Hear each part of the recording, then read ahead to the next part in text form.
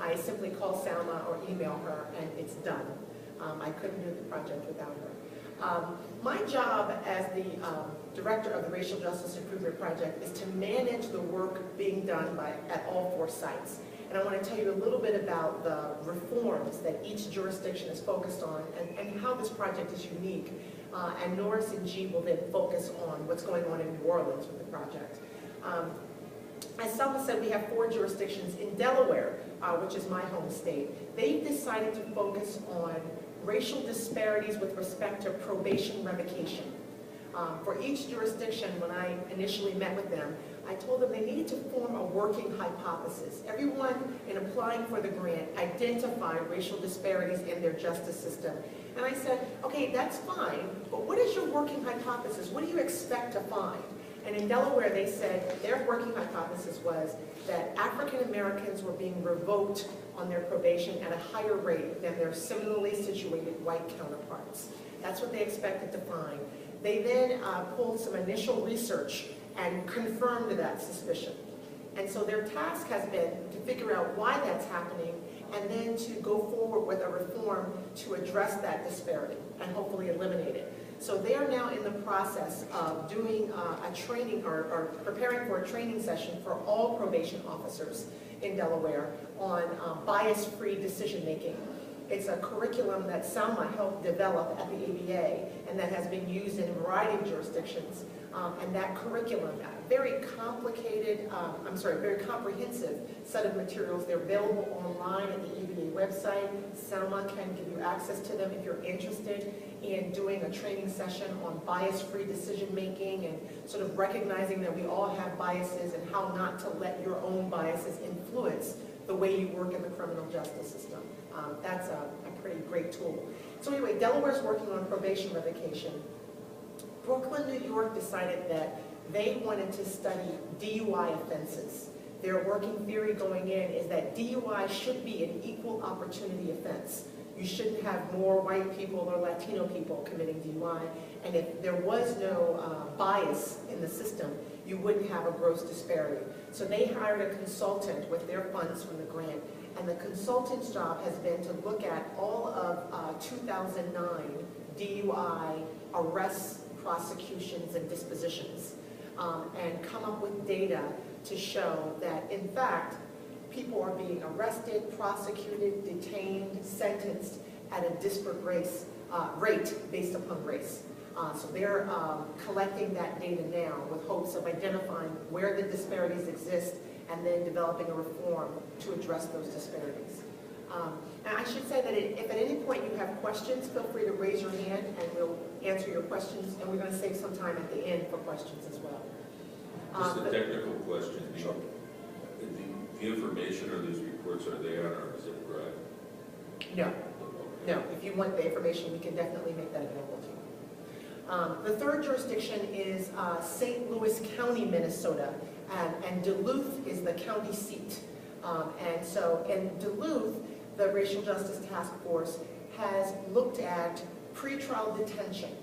And their working hypothesis going in was that African Americans, and then you can imagine there's only a small population of African Americans in Duluth, Minnesota, but African Americans and Native Americans, which is their majority minority population, that they were being detained pretrial at a higher rate and that they were given a higher bail than their similarly situated white counterparts. And so in Duluth, what they decided to do was look at why that's happening. And their theory was, because their county is 190 miles wide, and you can imagine how long it would take you to get 190 miles from where we are, that judges were taking into account the distance that the arrestee lived from the courthouse in deciding whether to detain the person. Now, that may be a legitimate consideration. If you live in Philadelphia and you're arrested in DC, maybe the judge should give you a higher bail or consider detaining you if the judge feels like you might not come back to court. The problem is Native Americans live on the reservation, which is inevitably very far from the courthouse. So if that is the policy that's going on, it is having a disparate impact, having nothing to do with intentional racism. So they're studying that right now in Duluth. That's their reform.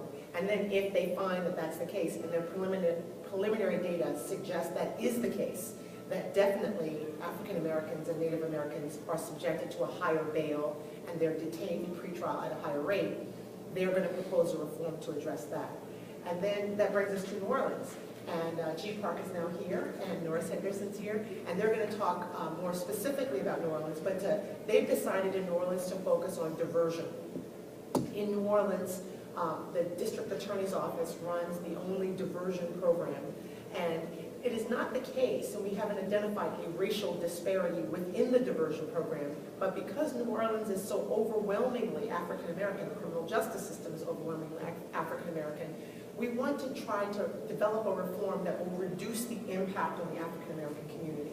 And one of the disparities that has been uncovered recently, and Norris will talk a little more about that, is in the pretrial phase. It is our hope to improve the capacity of the diversion program, to develop reforms in New Orleans that will improve the quality of the diversion program and enhance the services that are being provided. And so we actually just met yesterday and talked about some of the potential reforms, things like GED education as a condition of diversion, or other things along those lines, services for the Latino community, which are currently not available in the diversion program.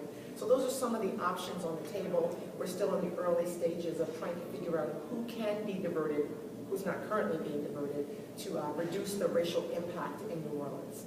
So those are the 4 projects under the umbrella of this ABA Racial Justice Improvement Project. It's a 2-year grant. We started in October. We've made significant progress since October. This fall, we're going to bring all 4 groups together, and by the end of the summer, they should have data supporting the reforms they're working on to justify the existence of the reforms, because this is going to be an evidence-based approach.